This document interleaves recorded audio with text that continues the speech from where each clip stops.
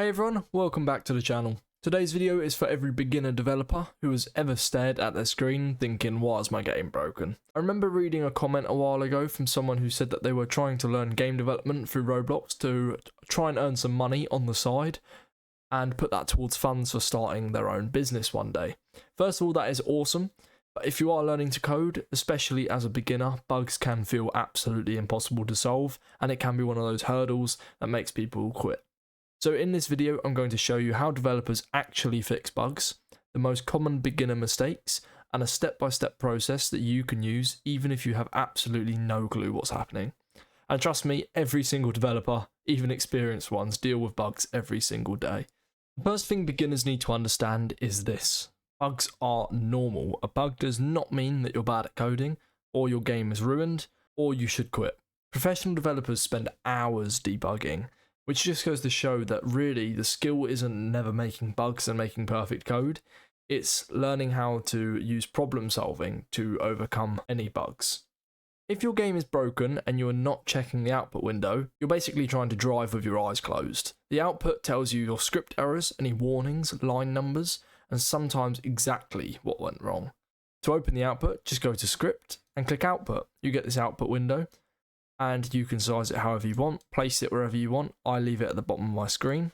And now whenever you press test, any errors or output logs will appear in your output window. I'm going to go through a couple of example bugs. This first one is a nil value error. So the broken code is local part is workspace.redPart, part.transparency is 0.5.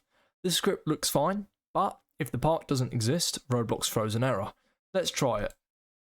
Red part is not a valid member of workspace. So what this really means is Roblox is trying to find something named red part inside of workspace. However, when we run the game, it never finds anything named red part inside of the workspace. If we look in the workspace, there is nothing named red part. Hence we get the error, red part is not a valid member of workspace. In other words, red part does not exist inside of the workspace. Another error you might encounter, if we set part equal to nil and press play, attempt to index nil with transparency. So this is a similar error. This error means that we are trying to access the transparency property on part, but part is nil. So let me put this back to how it was. So if we are trying to access transparency on an object that isn't there, then we are going to get this attempt to index nil with error. And that means that whatever we are trying to access doesn't exist. So to fix this, let's use find first child on red part. We can do workspace : find first child red part. And this will check if the child exists or not. If it does, it will return the part. If it doesn't, it will just set part equal to nil. And now we will get that part.transparency, the attempt to index nil error. So how can we fix the part.transparency? Well, we need to check if the part exists. So a simple fix would be to use an if statement. If part then, so if the part exists, then we can set part.transparency to 0.5. Else, we can put a warning in the output using the warn keyword, something maybe like red part was not found. I'll remove this line now at the end. Now when we run this, it says red part was not found. So we've now turned that error that was breaking the code into something that's manageable, and this is just a log to let us know that red part was not found. So now instead of crashing, the script safely checks if the object exists first. One of the easiest debugging tools ever is literally just print. For example, I can type in print script started. Now when I press play, I get a debug log which says script started. Beginners often write huge scripts and have no idea where the problem is, so instead, track what's happening.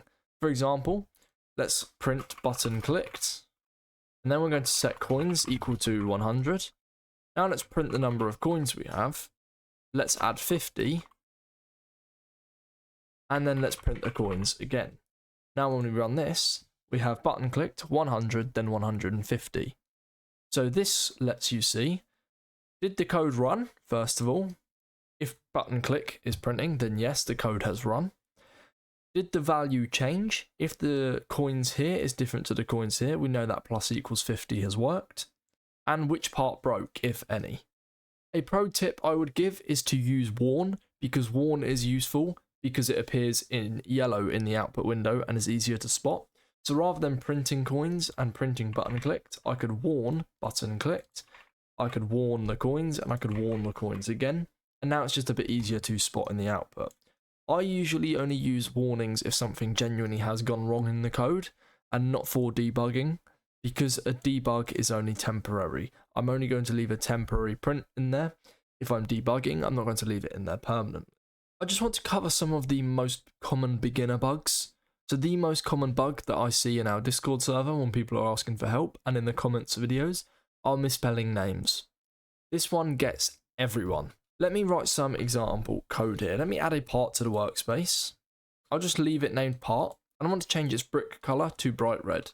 I'm going to say workspace.part.brick_color equals brick color dot new, and I'm going to give it bright red. Let's run this. Part is not a valid member of workspace, but let's look at the workspace. But part is a valid member of the workspace. So why am I getting this error? Well, the reason for this error, we can see it's coming from the script named buggy code, which is this script here, and it's coming on line 1. That's what the :1 means. So it's on line 1. Let's have a look. What I can see here, I've misspelt part. In the workspace is P-A-R-T, and in here I've put P-A-R-T-T. So let's remove one of those T's. I'll just retype it, and let's run it again. I'm still getting the error. Part is not a valid member of workspace. Quickly pause the video and see if you can spot what is causing this error. Hopefully you gave that a go. So let's have a look.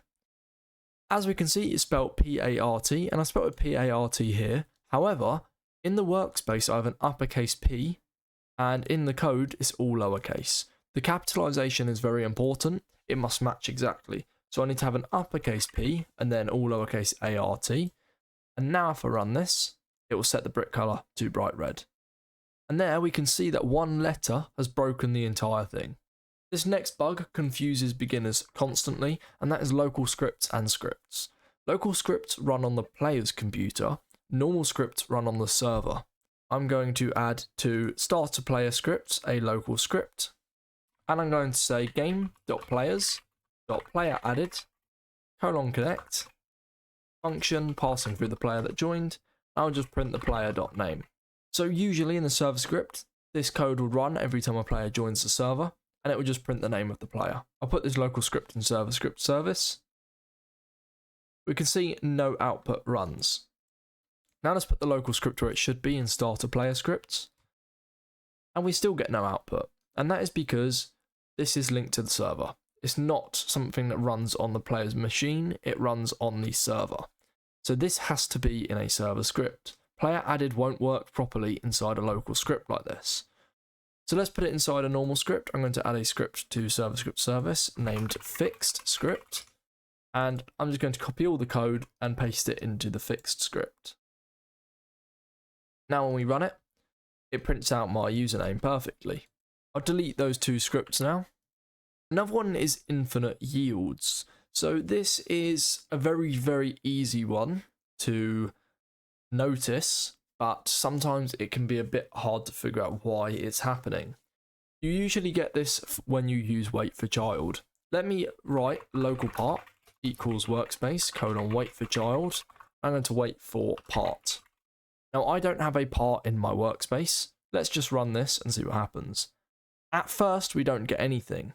After waiting a few seconds, we get something that says infinite yield possible on workspace : wait for child part.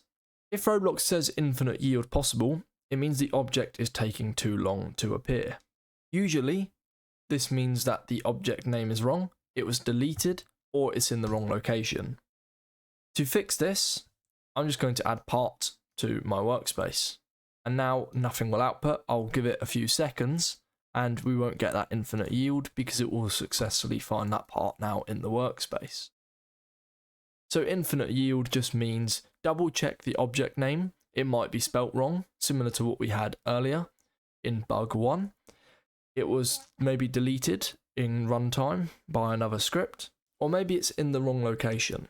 Maybe the part we're looking for isn't in the workspace, but maybe it's actually in the replicated storage. The fourth bug I see sometimes is variables not updating.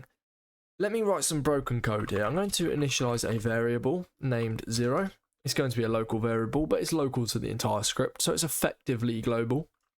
And I'm going to create a local function, and I'll name this addCoins. Inside of this function, I'll say local coins equals coins plus 10. This creates a new variable. Now it's a bit harder to see what the problem is here. But what is happening here is this is creating a new variable instead of updating the original.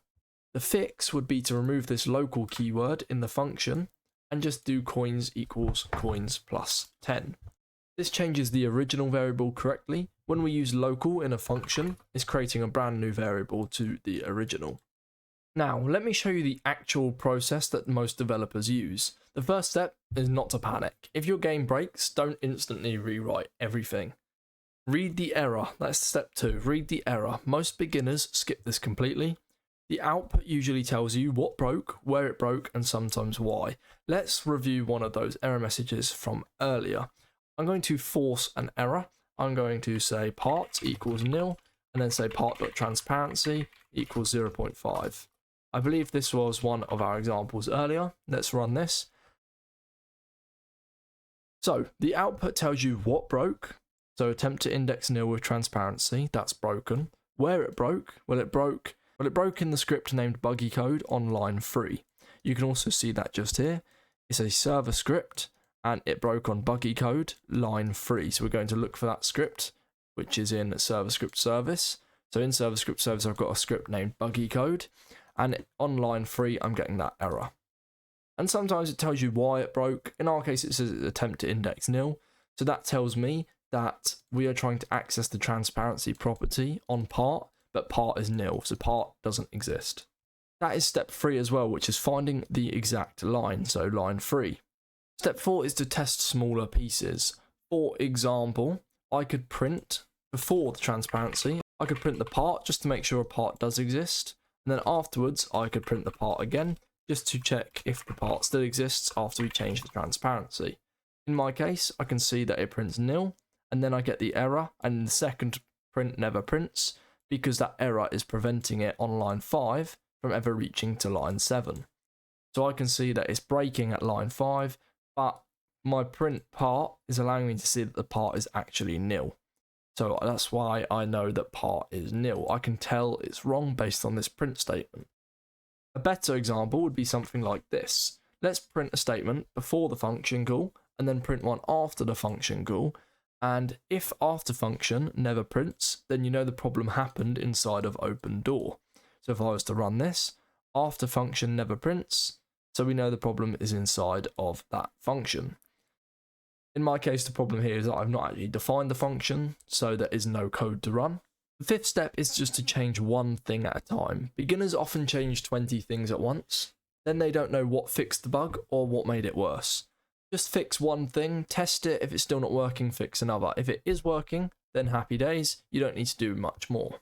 A lot of programming comes down to keeping a positive mindset, staying motivated and disciplined to actually get projects done. The number of projects I've started and never finished because I just thought, oh, I'm a bit bored now, or oh, that code's not working very well. And that's okay to have those drop-offs every now and then, but the best developers stay consistent, they learn from their mistakes, and that is what programming is all about. It's all about problem solving and going from A to B to C to D. Anyone that makes that jump from A to Z straight away, well, they're going to have 24 other letters that are going to be problematic. Whereas if you focus on one letter at a time, one step at a time, you're going to get there in a much stronger way. So if this video helped you, make sure to subscribe because we're uploading Roblox development videos every few days, as well as expanding to some new game engines. Comment below what the most confusing bug is that you've ever had in Roblox Studio. Also join our Discord server, which you can find the link to in the description, because over there you can actually post if you're having any problems with your games, if you're having any bugs. We've got a community of people and we're trying to build that community. And we're all happy to help each other with our programming over there. You can also leave feedback on our videos, which is always highly recommended, and we really appreciate it. Thanks for watching, and I will see you in the next one.